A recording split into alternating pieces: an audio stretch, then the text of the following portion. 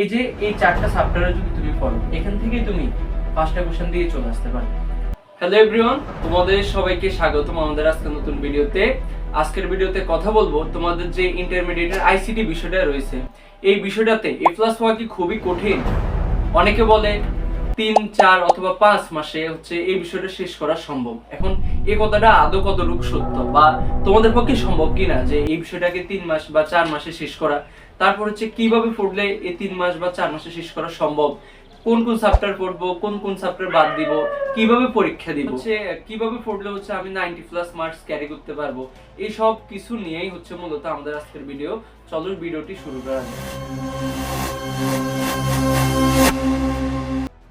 প্রথমেই দেখো, তোমাদের জানতে হবে এ প্লাস পেতে কত মার্কস লাগে। তোমাদের আইসিটি পরীক্ষা কত মার্কস হয়? অনেকে ফার্স্ট ইয়ার পার করে ফেলে, তাও জানে না আইসিটি কত নাম্বার পরীক্ষা হয়। এমন স্টুডেন্টও অনেক দেখছি। দেখো, প্রথমত তোমাদের আইসিটি পরীক্ষা হবে 100 নাম্বারের, যেখানে সিকিউ থাকবে 50 নাম্বার, এমসিকিউ থাকবে 25 নাম্বার এবং প্র্যাকটিক্যাল থাকবে 25 নাম্বার। এখন আসো, বেশিরভাগ কলেজেই ব্যতিক্রম না হলে প্র্যাকটিক্যাল স্যাররা 25 নাম্বারে 24 বা 23 দেওয়ার চেষ্টা করে সব সময়। তো এই নাম্বারটি ধরো তোমার হাতে আছে, তাহলে তোমার পরীক্ষা দিতে হবে কি কি? সিকিউ দিতে হবে কত? 50, এমসিকিউ দিতে হবে কত? 25। এখন তুমি যদি এখানে 25 পেয়ে যাও, তোমাকে এ প্লাস পাওয়ার জন্য টোটাল তিনটা মিলিয়ে 80 পেতে হবে।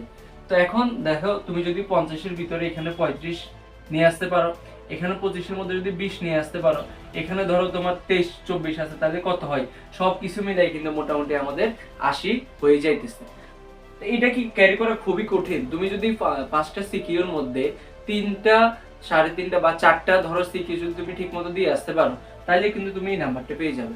আর এমসিকিউ 25টার মধ্যে 20টা প্লাস হচ্ছে তুমি এমনিতেই হচ্ছে আনসার করে আসতে পারো, যদি একটু ভালো করে মোটামুটি লেভেলে পড়াশোনা করো। তাই আমরা বলতে পারি যে 80 মার্কস উঠানো আইসিটিতে আমাদের জন্য খুব বড় একটা বিগ ইস্যু না। ঠিক আছে, এখন কথা হচ্ছে এই মার্কসটা আমরা কিভাবে আনবো, কিভাবে পড়তে হবে এই জন্য। আসলে এখন এটা নিয়ে কথা বলি। দেখো, তোমাদের প্রথমে এখানে আমি 3টা কোশ্চেন লিখে রাখছি। চ্যাপ্টার কয়টা পড়বো ভাইয়া, কিভাবে পড়বো এবং সহজ অধ্যায় কোনগুলো, এই বিষয়টা আমাদের জানা দরকার। তোমাদের চ্যাপ্টার কয়টা আছে? 2025 সাল পরবর্তী সময়গুলোতে যারা তোমরা পরীক্ষা দিবা, তোমাদের হচ্ছে চ্যাপ্টার 6টি এখন ফুল সিলেবাস, আর যারা আগে ছিল তাদের চ্যাপ্টার ছিল 5টি। এখন 6টা চ্যাপ্টার থেকে আমাদের কয়টা কোশ্চেন আসবে বলতো? আমাদের কোশ্চেন আসবে 8টা। 8টা থেকে আমাদের দিতে হবে কয়টা? 5টা। 8টা যদি কোশ্চেন আসে 6টা চ্যাপ্টার থেকে, তার মানে বুঝতেছো কিছু চ্যাপ্টার থেকে কি আসবে? রিপিট কোশ্চেন হবে বা 2টা কোশ্চেন হবে। এখন আমাদের যে চ্যাপ্টারগুলো আছে, চ্যাপ্টারগুলো হলো কি? Chapter 1, chapter 2, chapter 3, chapter 4, chapter 5, chapter 6। এখন কোনটা থেকে কয়টা কোশ্চেন হতে পারে আমরা এটা একটু দেখি। চ্যাপ্টার 1 থেকে তোমাদের একটা কোশ্চেন মাস্ট হবে, এটা কোনো ভুল নেই। চ্যাপ্টার 2 থেকে মাস্ট একটা, এবং যদি তোমাদের ভাগ্য ভালো থাকে 2টা কোশ্চেন হতে পারে। চ্যাপ্টার 3 থেকে একটা অথবা 2টা। বিগত বছরগুলোতে কিন্তু চ্যাপ্টার 3 থেকে 2টা কোশ্চেন হয়েছে, কিন্তু তোমাদের ক্ষেত্রে একটা হইতে পারে। কেন? ওই যে তোমাদের চ্যাপ্টার 6 অ্যাড হয়েছে এখন। তারপর আসলে চ্যাপ্টার 4, এখান থেকে একটা কোশ্চেন মাস্ট থাকবে। চ্যাপ্টার 5 থেকে 2টা কোশ্চেন থাকার সম্ভাবনা বেশি, অথবা একটা। আর চ্যাপ্টার 6 থেকে একটা। এটা হচ্ছে তোমাদের মানবন্টন, বা তোমাদের কয়টা করে কোশ্চেন আসতে পারে এই কথা। এখন তোমরা নিজেরাই দেখো এখানে ইম্পর্টেন্ট চ্যাপ্টার কোনগুলো। যেখানে দেখো chapter 2 must important, chapter 3 must important, chapter 5, 4। এখন কত হচ্ছে ভাইয়া, চ্যাপ্টার 5 তো খুবই কঠিন। তোমাদের অনেক বড় ভাইয়া বলছে চ্যাপ্টার 5 খুবই কঠিন, প্রোগ্রামে কিচ্ছু বুঝি না, এটা স্কিপ করিস। অনেকেই তোমাদের মাথায় এটা ঢুকিয়ে দিচ্ছে অলরেডি, বাট বিষয়টা পুরো একটা মিথ্যা বিষয়। তোমরা না পড়ার আগে হচ্ছে এটা মাথায় নিবা না, তাহলে অটোমেটিকলি তোমাদের যে সি প্রোগ্রামিংটা হচ্ছে কঠিন লাগবে। সি প্রোগ্রামিং খুবই সহজ একটা বিষয় যদি ভালো করে পড়তে পারো। এখন তাহলে ভাইয়া কোন কোন চ্যাপ্টার আমরা রাখবো পড়ার জন্য? আমার পরামর্শ মতে তোমরা চ্যাপ্টার 1 মাস্ট রাখবা, কারণ খুবই মানে ইজি একটা অধ্যায়। থিওরি অল্প কয়েকটা টপিক, যেমন nano technology, genetic engineering, biometrics, bioinformatics, তারপরে কৃত্রিম বুদ্ধিমত্তা, রোবোটিক্স।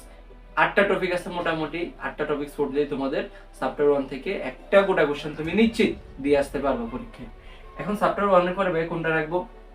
চ্যাপ্টার 2টা অবশ্যই রাখতে পারো, কারণ যদিও এই চ্যাপ্টারটা একটু বড়, থিওরি তো একটু বেশি করে পড়তে হয়, নাহলে কিন্তু মাথায় রাখা যায় না।